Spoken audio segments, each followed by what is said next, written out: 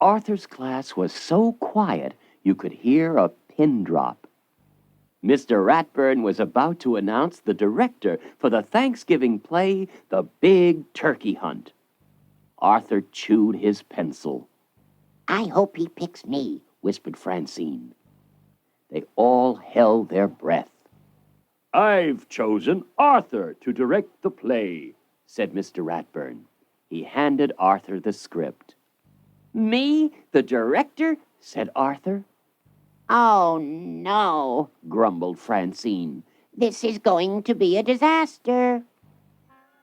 Arthur's first job as director was to assign parts.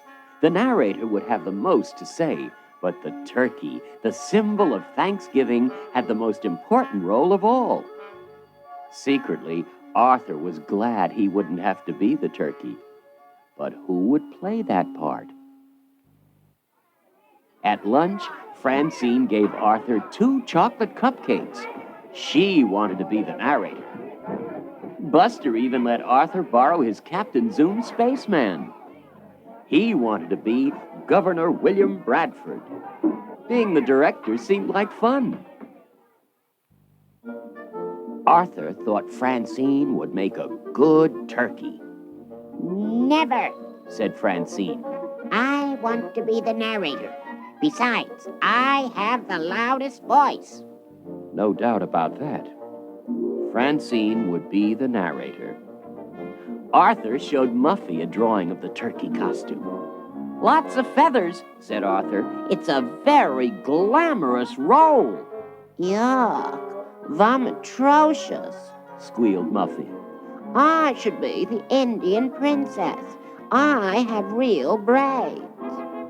"Brain, I've saved the most intelligent part for you," explained Arthur. "No way will I be the turkey," answered the brain. "I'll be the Indian chief." "Buster, you're my best friend," began Arthur. "The part is real easy, only 1 line, and it's the best in the play." "I want to be Governor Bradford," said Buster. Arthur was so desperate that he asked Binky Barnes. "The turkey is a strong and powerful animal," argued Arthur. "Yeah, without saying a word, it can make you look like a fool in front of the entire school," said Binky. The play was only 6 days away. Where would Arthur find a turkey? Arthur knew he could count on his family. "I'd love to be the turkey," said his father. "But I have a dentist appointment that I don't want to miss." "The world is full of turkeys," joked his mother. "You should be able to find one." "I wouldn't be caught dead in that outfit," said his sister D.W. "Let's talk turkey," said Arthur over the PA system at school. "The best part in the Thanksgiving play is still open. If you're interested, please come to the office at once." No one came to the office. In fact, the principal left the office laughing. Arthur put posters in the cafeteria. He placed ads in the school paper. Nothing worked. Arthur had other problems, too. Muffy complained about everything. "I should be narrator. My parents are paying for the cast party," she whined. Francine would not take off her movie star glasses. "They're good luck," she explained, but she was having a hard time seeing what she was doing. Buster couldn't remember his lines. "In 1620, he recited, "we sailed to America on the Cauliflower." The rehearsals went from bad to worse. "When the Pilgrims and Indians decided to celebrate their friendship," said Francine, "they began to hunt for a turkey. We cooked beans and pumpkin pies," whispered Sue Ellen.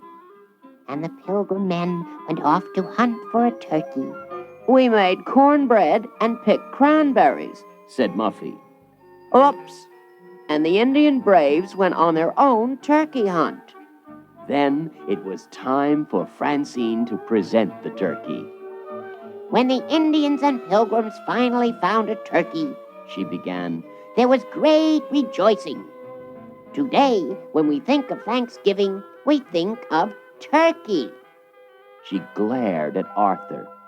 Don't worry, Arthur promised. I told you I'd find a turkey in time. As a last resort, Arthur decided to rent a turkey. But that wasn't such a good idea. If you don't get a turkey by tomorrow's performance, said Francine, I quit. Everyone agreed. No turkey, no play. Arthur went home to think. He thought about turkeys while he did arithmetic. He thought about turkeys while he played the piano. And he thought about turkeys while he and D.W. did the dishes. Boy, said D.W., if you want something done right, you have to do it yourself. The next morning, Francine, Muffy, and Buster stood before Arthur. They weren't taking any chances. Do we have a turkey? They asked. Arthur just smiled. The whole school filed into the auditorium. Ooh, said the kids when the lights went out. Shh, said the teachers as the curtain went up. In 1620, we sailed to America on the Mayflower, recited Buster proudly. Phew, said Arthur. The play continued smoothly. Muffy didn't drop the cranberries. The brain had his costume on correctly. Sue Ellen said her lines in a loud, clear voice. And Francine had even taken off her movie star glasses. Then it came time for Francine's big speech. She crossed her fingers and began. When the Indians and Pilgrims finally found a turkey, there was great rejoicing. Today, when we think of Thanksgiving, we think of turkey. There was a lot of fumbling behind the curtain. Arthur took a deep breath. He walked on stage. As soon as he did, the audience began to laugh. Arthur turned bright red. This was going to be even worse than he had thought it would be. The turkey, Arthur began, is a symbol of togetherness and Thanksgiving, said a chorus of voices behind him. Arthur turned around and smiled. I guess Mom was right. The world is full of turkeys. Okay, turkeys, all together now. Let's hear that last line loud and clear. Happy Thanksgiving!